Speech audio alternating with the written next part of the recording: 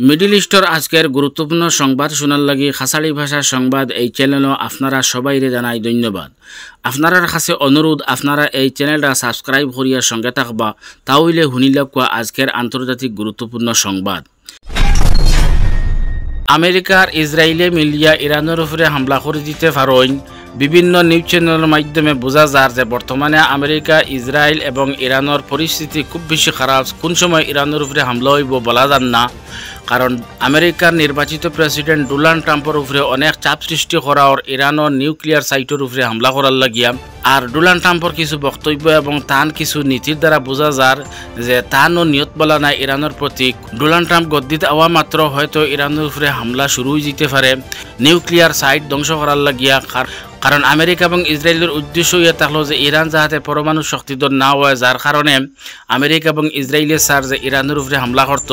এই পরিস্থিতি এবং অবস্থা ইরানে দেখিয়া ইরানে তার সেনা একদম রেডি করে লইছে এবং ইরানে তার সেনাগুলোরে দিয়ে যুদ্ধর মহড়া শুরু করছে। ভিডিও আপনারা সামনে আইব, আপনারা দেখবা যে কীভাবে ইরানের সেনায় মহড়া চালাইতরা। ইরানে তার সেনা একদম প্রস্তুত করে লইছে ইসরায়েল এবং আমেরিকার মোকাবিলা করবার লাগিয়া।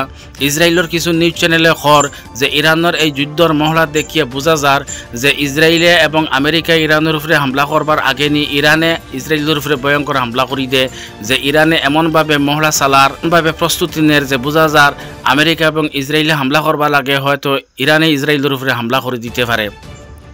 আর ইরানের প্রেসিডেন্ট মাসুদ পেজেশকিয়ান চায়না তো গেছেন, চায়নার রাষ্ট্রপতির লগে নিশ্চয় গোপনীয় একটা আলোচনা হইব, কারণ চায়না ইরানকে সাপোর্ট করে যেভাবে রাশিয়া ইরানকে সাপোর্ট করে। ইরানের মিত্র রাশিয়া এবং চায়না এবং উত্তর কোরিয়া। নিশ্চয় চায়নার রাষ্ট্রপতির লগে ইরানের প্রেসিডেন্টর গোপনীয় একটা আলোচনা হইব।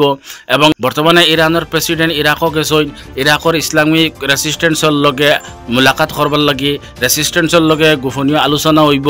এবং ইরাকর ইসলামিক গ্রুপের পক্ষ থেকে কোয়া হয়েছে যে আমরা মজবুত হিসাবে খাড়া আছি, আমরার কাছে কোনো দুর্বলতা নাই। তো ইরাকর এই ইসলামিক গ্রুপও পুরা মজবুত হিসাবে আসেন।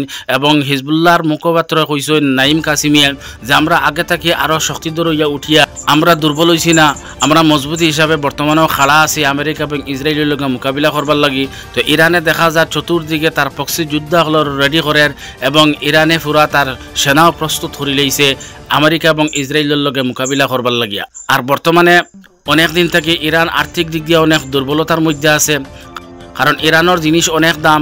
বর্তমানে কারেন্টেরও খুব বেশি অসুবিধাত ইরান আছে, কারণ ইরানের উপরে নিষেধাজ্ঞা থাকার কারণে ইরান আর্থিক দিক দিয়ে অনেক দুর্বল হয়েছে। যদিও দুর্বল হয়েছে কিন্তু ইরানের সরকারে তার যা আয় হয় সমস্ত হাতিয়ার পত্র বানাইবার তলে খরচ করিলে। এতে ইরানের মানুষ নারাজ না, ইরানের মানুষও চাইতরা, কারণ যেহেতু আমরা দেশের উপরে আমেরিকা অনেক নিষেধাজ্ঞা জারি করে, যার কারণে সরকারে যে আইন কাম আতিয়ার পত্র তলে খরচ করে। এতে ইরানের মানুষ রাজি আসইন যে আমরার দেশ শক্তিশালী হোক, মজবুত হোক, শত্রুর লগে মোকাবিলা করবার লাগিয়া। যদিও ইরান বর্তমানে আর্থিক দিক দিয়ে অনেক দুর্বল হয়েছে, কিন্তু আমেরিকা এবং ইসরায়েলের লগে মোকাবিলা করবার লাগি ইরানে পুরা প্রস্তুতি নেয় এবং ইরান পিছনে না, ইরানের সেনা একদম রেডি।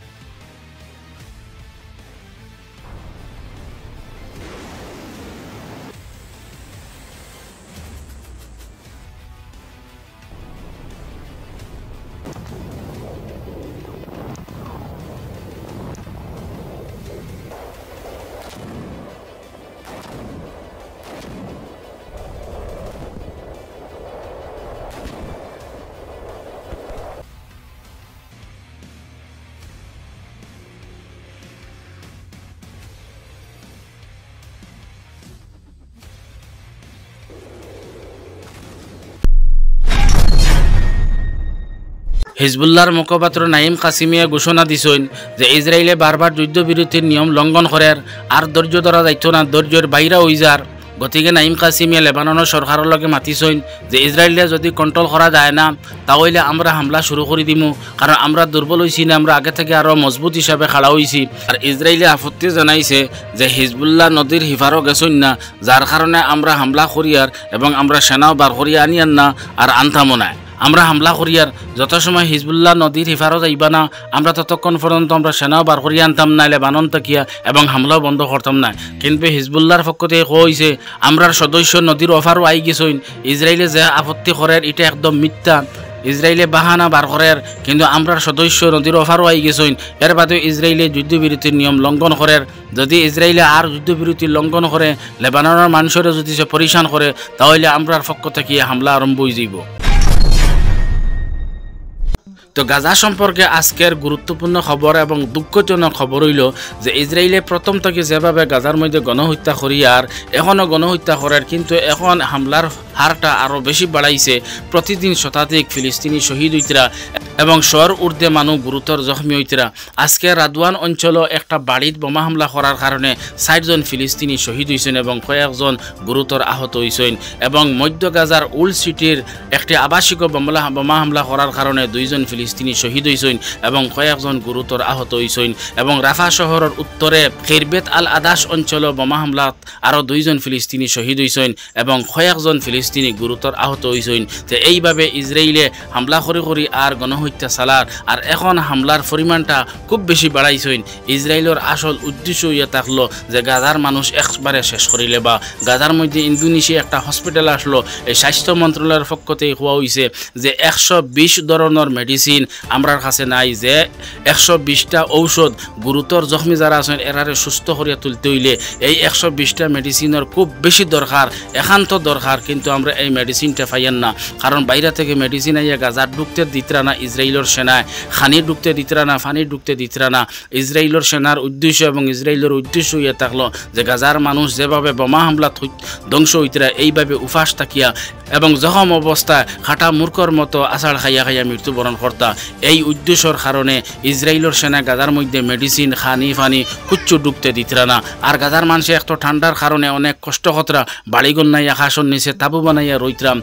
বাইরে দেশ থেকে বিভিন্ন ধরনের খাফড় এবং খমল এই গাজার মানুষের লগে, আর কিন্তু ইসরায়েলের সেনায় এই খাফড় এবং খমলের গাড়ি গাজার মধ্যে ঢুকতে দিতরা না, যার কারণে ঠান্ডায় ছোটো ছোটো বাচ্চাইতে মৃত্যুবরণ কতরা এবং বয়স্ক মানুষের মৃত্যুবরণ কতরা। ইয়েমেনের হুতি গোষ্ঠী সম্পর্কে আজকের গুরুত্বপূর্ণ আপডেট হইল হুতি মুজাহিদিনসকলের একজন উচ্চপদস্থ সদস্য ইসরায়েলে সম্বোধন করিয়া কইছেন যে তুমি যেখান থেকে আইছো সেখানে চলে যাও, যদি আরামে ঘুমাইতে চাও তাহলে নিজের দেশে ফিরে যাও, গাজার মাটি অবৈধভাবে দখল করিও না, আর গাজার মাটিত নিজের দেশের মানুষরে অবৈধভাবে বসবাস করাইও না, যা বসবাস করাই লইছো আর করানি যাইও না, যা গাজার মাটি দখল করার করি লইছো আর দখল করিও না, আর যা দখল করছো তা ছাড়িয়া নিজের দেশে ফিরে যাও। যদি আরামে ঘুমাইতে চাও তাহলে গাজা ছাড়িয়া যাও, কারণ গাজার মানুষের স্বার্থে এবং গাজার রক্ষার্থে গিয়া ইয়েমেনের হুতি গোষ্ঠীর পক্ষ থেকে মিসাইল এবং ড্রোন বন্ধ হইত না, অনবরত গিয়া ইসরায়েলও গিয়া ফলব। গতিকে নিজের দেশ চলে যাও আর গাজার মধ্যে গণহত্যা বন্ধ করো, গাজার হামলা বন্ধ করো, কারণ গাজার বাসিন্দা হলরে হুতি গোষ্ঠী একা ছাড়তা না। গাজার পক্ষে হুতি আসন এবং তাকবা যত সময় গাজার মধ্যে আক্রমণ চলব ততক্ষণ পর্যন্ত হুতির পক্ষ থেকে মিসাইল এবং ড্রোন ইসরায়েলের মানুষে দেখতে পাইবা।